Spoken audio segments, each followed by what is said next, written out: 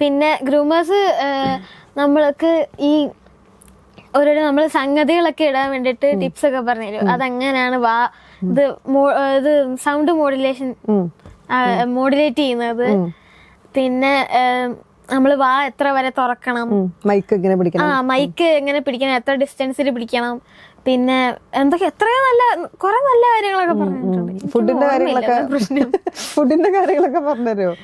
ഫുഡിന്റെ തണുപ്പ് എത്ര കഴിക്കാൻ പാടില്ല അങ്ങനൊക്കെ ഇല്ല.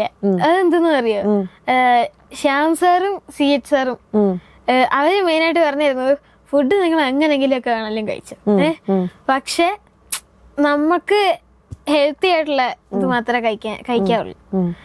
നമുക്ക് വേണ്ടാത്തൊക്കെ വാരി വലിച്ച് കഴിച്ചാൽ ചിലപ്പോ നമ്മുടെ ശബ്ദം വരെ പോകും. ഐസ്ക്രീം ഒക്കെ നമ്മള് ശ്യാം സാറൊക്കെ പറയുന്ന കേൾക്കാം. ശ്യാം സാറൊക്കെ ഐസ്ക്രീം എത്ര കഴിച്ചാലും ശ്യാം സാറിന് സൗണ്ടിനൊന്നും പറ്റില്ല.